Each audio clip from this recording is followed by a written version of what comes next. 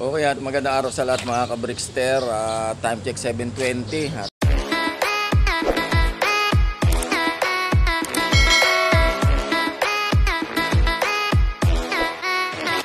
Kaangat lang natin dito sa tarima natin. At it's Sunday, abangan siri tayo ngayong araw na to. At release point ay Tagudin, Ilocos Sur. Ang loop distance ay 245.13 kilometers from release point at dito sa loop ko. Okay guys, ayan na. Breakfast muna ako, palabok lang muna. Breakfast ni Brickster at saka ang walang kamatayang coffee ko brown 3-in-1. Maganda na panahon ngayon guys. At doon nga raw sa release site ay ayun, asul na asul ang kalangitan sa Tagudin, Ilocos Sur. At hindi ko pa na-check kung anong oras nag-release ang ang daming kanina ron. Ang daming truck, ewan ko, dalawa yata ang truck ng MMFC o tatlo. Tapos meron pang mga kasabay ng mga WPFC at saka iba pang clubs na magbibitaw din sa isang site guys. Ewan ko lang kung sabay-sabay ng oras bibitawan yung mga yun. At napakarami nun talaga, grabe. At naka-live nga kami na si Bossing Frederico Andaya. Pakipalo na lang po ang kanyang page, Frederico Andaya. Yan, ang MMFC. At ito nga guys, napansin ko at medyo nagdedela agad guys ang dalawang inakay natin, no? Puro naka MMFC pa naman yan at saka SJ na pula, double band guys. May one night cold bulutong at saka halak to, yung isa ganon din para rin, no? At yun nga, 5 wires ang ating sinali sa derby guys. Sana pala rin sila ngayong araw na tong makauwi ng ligtas at pumasok sa clocking. At 700 naman na minimum speed. And then ayun, meron tayong tatlong nakaano ng ron ng survival. At meron tayong young bird na tinagos natin sa old bird. Palofly muna tayo. At tiniwala na rin natin mga ibang mga inakay na makukulit na pag nasa bumi mga tagal na bumaba. Ayan. Lubas. Woo! Woo! Pati ikaw. Ayan. Lipad. Ayun na yung checkered na guys. Loop visitor natin. Okay, dyan muna kayo ha. Mamaya magagamot tayo. Ano ba naman yan? Inaabot pa yung mga natin. Pang natin, summer race na mga young bird. Ikaw, nangya ka. Ay, isang loop visitor guys. Ayaw pumitik. Iyan mo na siya dyan. Ayan. Ayun yung isang checkered guys. So layo. Hindi mo malaman kung saan pupunta yung loop visitor natin na yan. Tapos bigla rin susulpot dito. Taas lumipad. Ayan, pabalik na siya guys. So ayun siya. Ayan, yung nag-iisa na yan. Ayun, kasama na yata. Ayan sila. Alright. Woo! Ayun, sumasabay na rin sa loop visitor natin na checkered. Hindi natin malaman kung mawawala na naman yan. Biglang nawawala, ayan tapos mga 2 days, 3 days biglang magpapakita rito. Siguro pag nagugutom na lang doon sa pinanggalingan niya. Ayun siya makakalas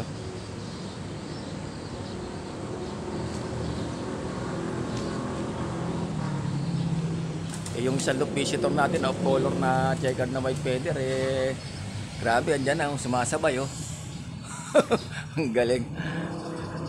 Ayan ito yung checkered ayan yun yung loop visitor natin lalupag dito dito na siya lumapag guys at bahala siya dyan. Okay, at ayan aga pa naman, pamaya pa naman pauwian ng mga warriors natin. Sana nga makauwi pa sila at makapag-block guys. Paano kasi first lap na ng derby race ngayong araw na to? Kalahin mo, may 5 pa tayong na-load para sa derby. Awit! At meron pa tayong abangan. Ng ating mga alaga. Diyan sa flooring, tuka lang sila dyan. Ay, yung iba nakapasok na. At pag papakain na rin tayo guys. Medyo nakapaglinis tayo na kuno dito sa ating loop. Ayan. At pagtas natin magpakain bababa muna tayo. May extra dalawa pang assignment si Brian na hindi pa namin nagagawa at kailangan siyang i-assist para may paliwanag sa kanya ng maayos ang kanyang mga assignments. Yan. Na dapat na sagutan. Sana makapag-clock pa yung 5 warriors natin para makasabay pa sila na derby hanggang sa duluhan. Siya nawa. Okay guys, time check. Ayan at 8:04 magpapakain na nga ako. Ang problema, may napansin ako. Wala yung pares ni Lady Slim, si Kalbayog. Finisher natin, yung galing sa kinakapatid ko. Binilang ko naman kanina, pero akala ko siya yung isa guys. At ayun na nga.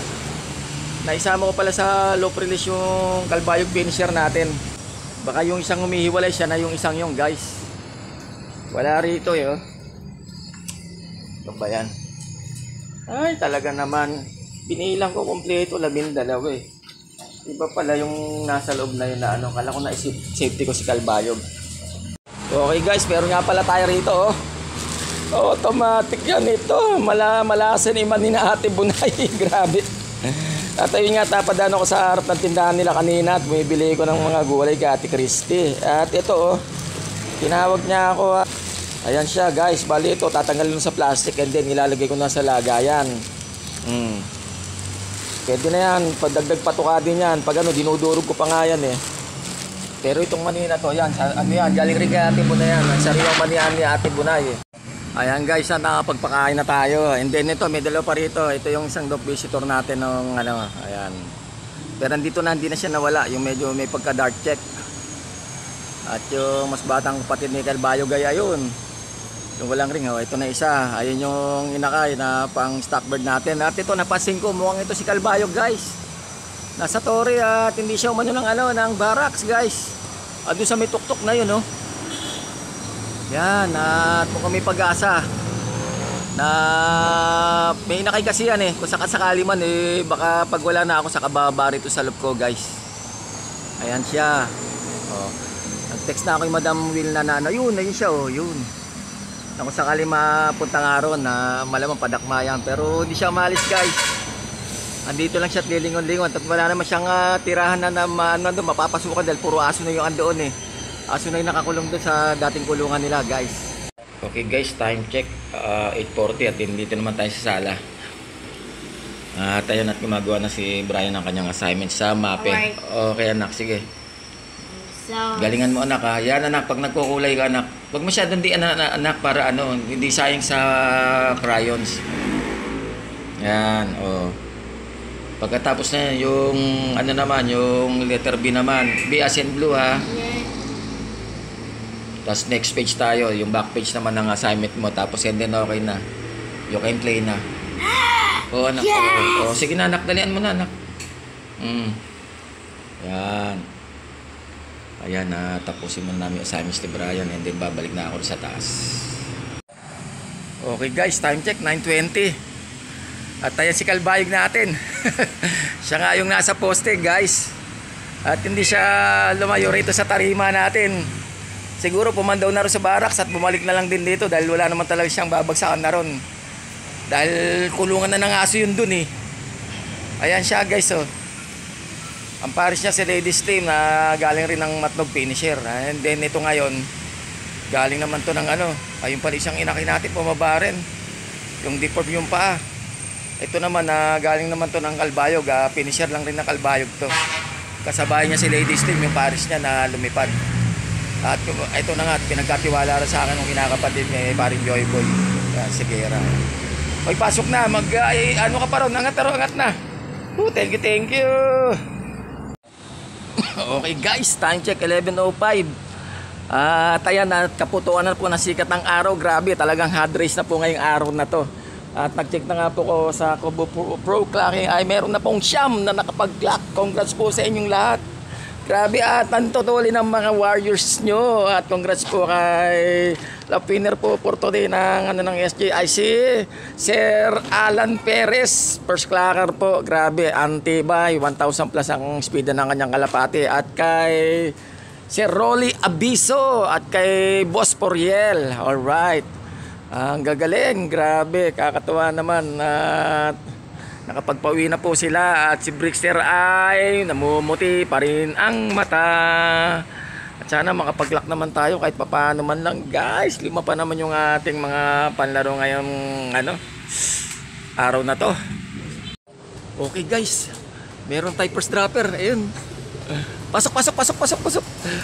Waba, akalain mo yung alak ni Bisa tsaka Storm yung checkered. Ang galing. Check, 12:51 at 1 minuto na lang ay cut-off na po ang ating 4 na Warriors. Grabe, isa lang po ang nakapag-clock at nakauwi po sa mga oras na to sa 5 Warriors natin. First lap derby race at sad na po kaagad si Brickster. Talaga pong ganon. At siguro adjust na lang ulit tayo ng diskarte guys. At hindi talaga ano pa, pag hindi ukol hindi bubukol. Kaya yun, sana makauwi pa rin yung 4 at para meron pa rin tayo may load sa susunod dahil tayo po ay meron pa rin pag-asa dahil hanggang 6 lap po yan at meron pang 5 laps pag pumatapos ang derby. Meron pa rin kasi tayong 3 nakasama po sa survival. Okay, sige po, hanggang sa muli at abangan mga susunod na kabanata dito sa Brickster Slope Adventure TV. At maraming salamat po sa aking mga followers, likers, viewers at subscribers. Paki-like, subscribe, share at mag-comment na po sa aking YouTube channel Brickster Slope Adventure TV. At paki-like and follow na rin po ako sa aking FB page Brickster Slope Adventure TV. At paki-follow na rin po ako sa aking Reels. At ayun nga lang po, ayun, nagpapahinga po nga sa ating Wybird na clacker, ayun, anak po yan ni Vision Storm. Grabe, pikit po ang kanyang mga mata, awits sa sobrang hirap ng dinanas niya sa liparan pabalik dito sa loop natin. At shoutout po sa aking mga followers, likers, viewers at subscribers, sa aking mga pamilya, kaibigan at mga mahal sa buhay. Ingat po tayong lahat mga ka-Brickster. I love it.